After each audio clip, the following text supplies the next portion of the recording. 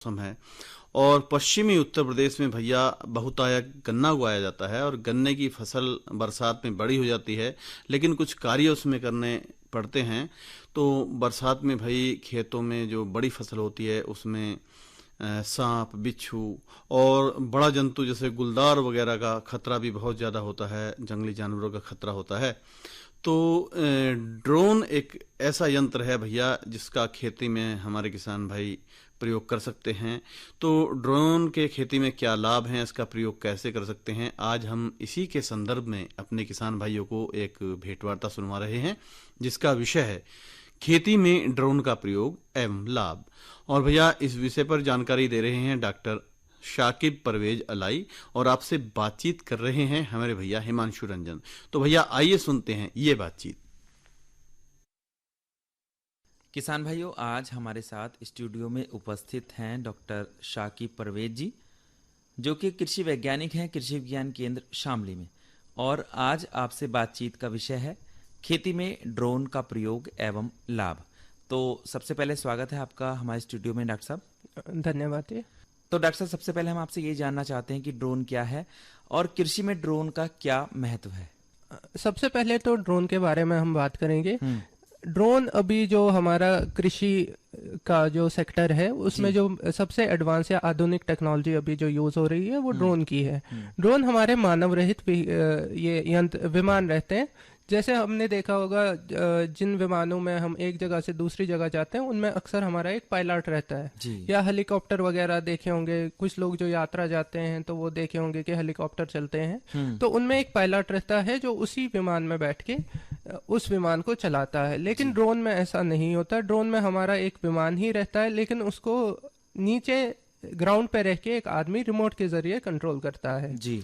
तो इसमें क्या रहता है कि अंदर कोई नहीं बैठता, और इस ड्रोन से हमारा जो कृषि में अब यूज हो रहा है उसमें ये ज्यादातर हमारे खेती बाड़ी में सबसे ज्यादा खेतों पे निगरानी रखने या उन पे दवा छिड़कने, फर्टिलाइजर वगैरह ब्रॉडकास्ट करने में यूज होता है। तो खेती में जो हमारे अभी ड्रोन यूज हो रहे हैं वो हो रहे हैं, सबसे पहले तो जो हमारा यूज हो रहा है वो हो रहा है इरिगेशन या सिंचाई में। सिंचाई में क्या कर सकते हैं कि जो हमारे ड्रोन्स है, कैमरा ड्रोन्स, उनसे हम ये देख सकते हैं कि किस एरिया में या किस खेत के किस एरिया में हमारा पानी सही से नहीं जा रहा, या कहीं ज्यादा पानी तो नहीं भर रहा, कम पानी तो नहीं भर रहा।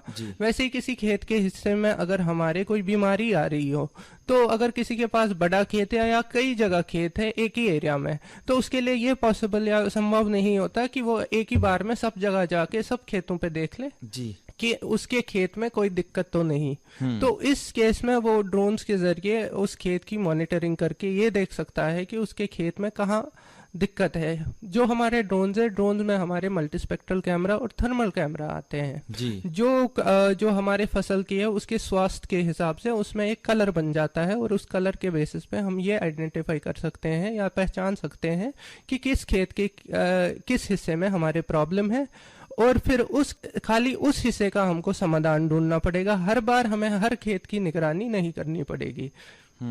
दूसरा ऐसे ही है स्पॉट डायग्नोसिस, या जिसको हम कहते हैं वेरिएबल रेट एप्लीकेशन। उसमें क्या होता है कि जब हमने एक ड्रोन से ये देख लिया कि हमारे खेत के किस हिस्से में प्रॉब्लम है, तो दूसरे ड्रोन को प्रोग्राम करके अगर उसमें न्यूट्रिएंट की कमी है या दवा की जरूरत है, तो उस ड्रोन में हम वो दवा या न्यूट्रिएंट लोड करके खाली उस खेत के हिस्से में अप्लाई करवा सकते हैं जिस खेत में उसकी आवश्यकता है।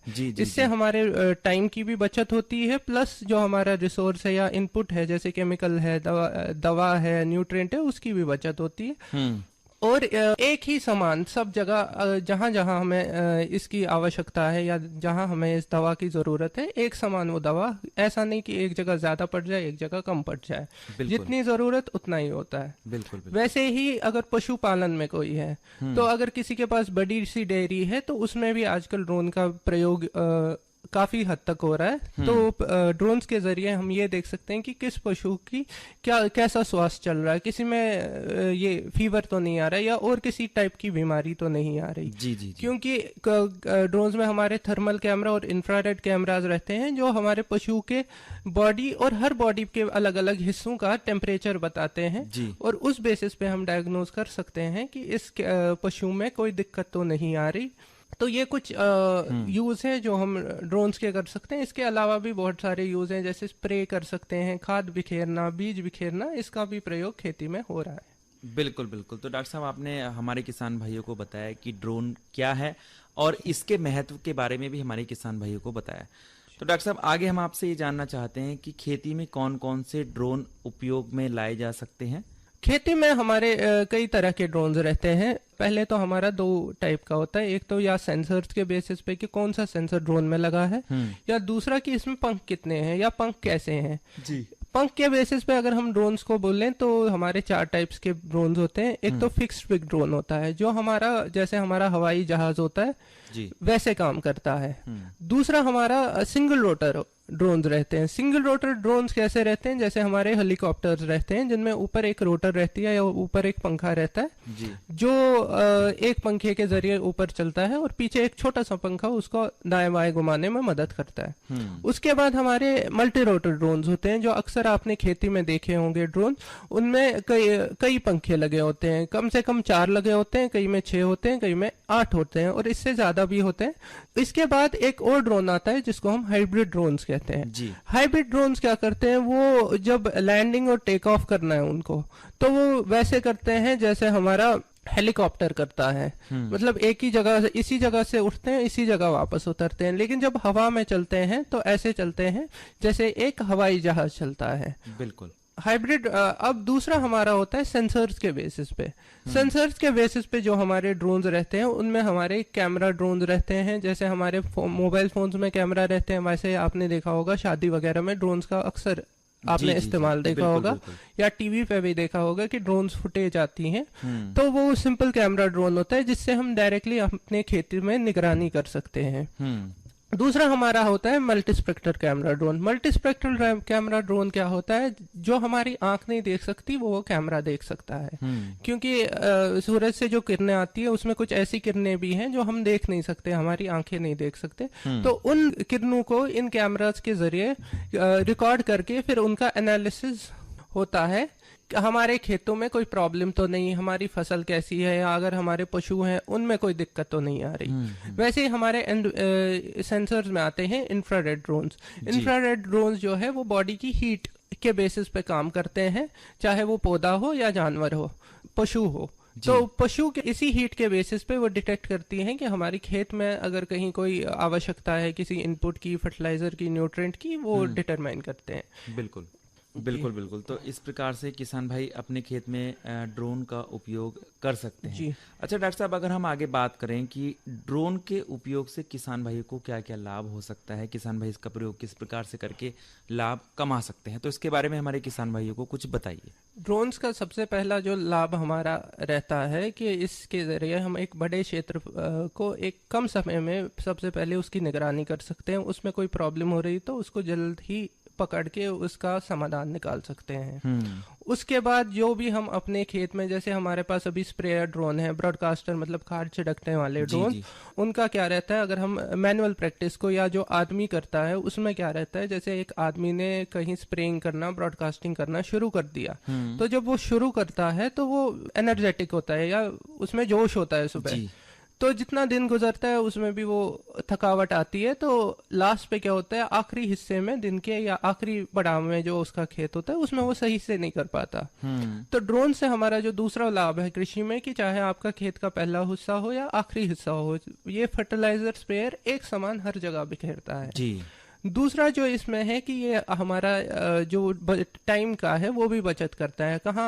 जहां आपको घंटे लगते थे एक खेत में स्प्रे करने में या इसकी निगरानी करने में, फर्टिलाइजर छिड़कने में, वहां कुछ ही मिनट में, तकरीबन 14-15 मिनट में ये 1 हेक्टेयर का आपका काम कर देता है। जी।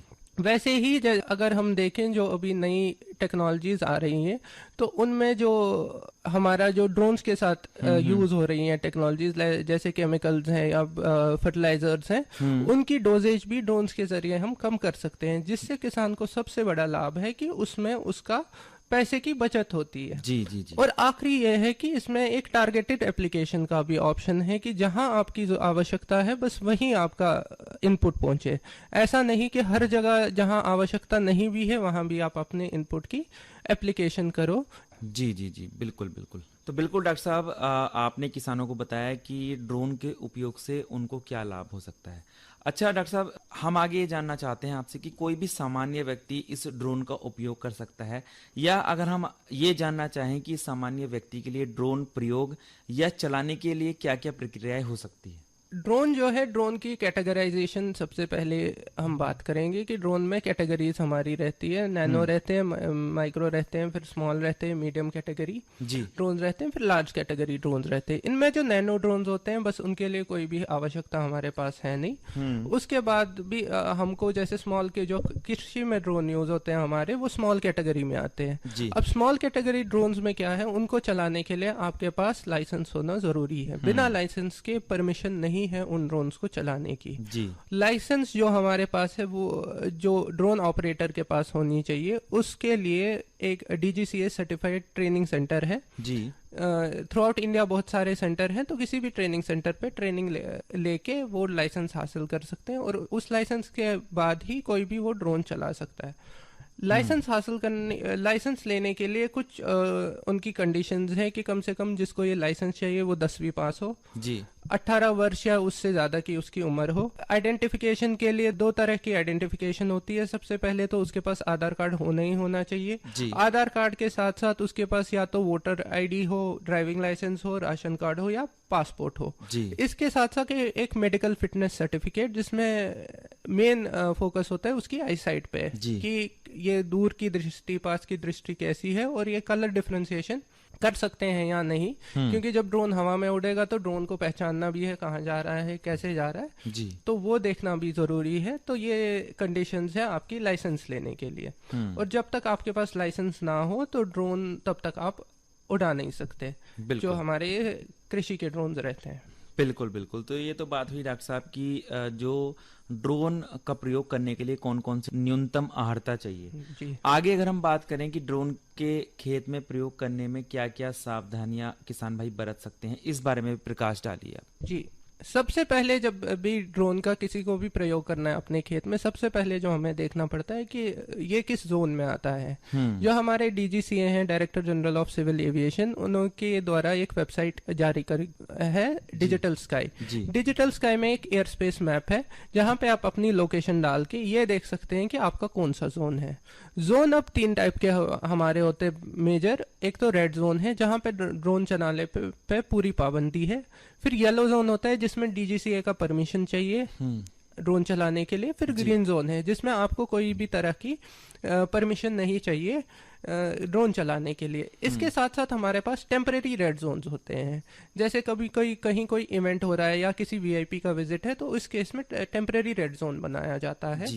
तो ये ड्रोन चलाने से पहले जिस भी लोकेशन पे ड्रोन चलाया जाए उसमें ये चेक करना जरूरी है कि ये किस जोन में आता है। दूसरा हमारा रहता है कैलिब्रेशन, कि ड्रोन चलाने से पहले उसमें हमें पूरा कैलिब्रेट करना है कि इसमें जो सेंसर्स काम करते हैं कि वो सही से काम कर रहे हैं, प्लस जो इसमें केमिकल वगैरह डाल रखा है वो भी सही से काम कर रहा है कि नहीं। जी जी जी। और इसके साथ साथ हमें मौसम का भी ध्यान रखना है, क्योंकि तेज हवा में एक तो ड्रोन चलाने में भी दिक्कत होती है, और ड्रोन की हाइट पे काम करने की वजह से जिस खेत में हम स्प्रे करते हैं अक्सर हवा के साथ वो स्प्रे दूसरे के खेत में चला जाता है। बिल्कुल। उसके बाद हमको बैटरी देखनी चाहिए कि बैटरी हमारी सही है। कभी कभी क्या होता है कि बैटरी तो ड्रोन में पूरी वोल्टेज पूरा चार्ज दिखाता है, लेकिन उसकी वोल्टेज कम हो जाती है और वो ड्रोन सही से काम नहीं करता। जी। अब इसमें जो ड्रोन्स हैं उनमें फेल सेफ का भी हमको ध्यान रखना पड़ता है। ये ज्यादातर जब ड्रोन परचेज करना हो किसी को भी, तो वो इस चीज का ख्याल रखें कि उसमें फेल सेफ हो। फेल सेफ क्या है हमारे, कि जब भी ड्रोन में गड़बड़ हो तो उस केस में ड्रोन करेगा क्या। जैसे कौन सी गड़बड़ हो सकती है हमारे ड्रोन में, बैटरी कम हो गई, हम ड्रोन हवा में उड़ा रहे, इसकी बैटरी डाउन हो गई, तो ऑब्वियसली ये क्रैश करेगा। अब कंपनीज क्या करते, कंपनीज में क्या रहता है, जो अच्छे ड्रोन्स होते हैं उनमें ये देखा गया कि उनकी बैटरी जब एक परसेंटेज लाइक 30% या 25% के नीचे आ जाती है तो वो ड्रोन्स ऑटोमेटिकली जहां से उन्होंने टेक ऑफ किया वहीं वापस लैंड कर देते। अगर फेल सेफ, ये वाला फेल सेफ उस ड्रोन में ना हो तो वो अक्सर देखा गया कि क्रैश करते हैं वो ड्रोन। जी जी जी बिल्कुल। तो ये कुछ सावधानियां हैं जो बरतनी है ड्रोन्स को लेके हमें। बिल्कुल बिल्कुल डॉक्टर साहब, आपने ये जो सावधानियां बताई हैं, किसान भाई इसका विशेष ध्यान रखेंगे।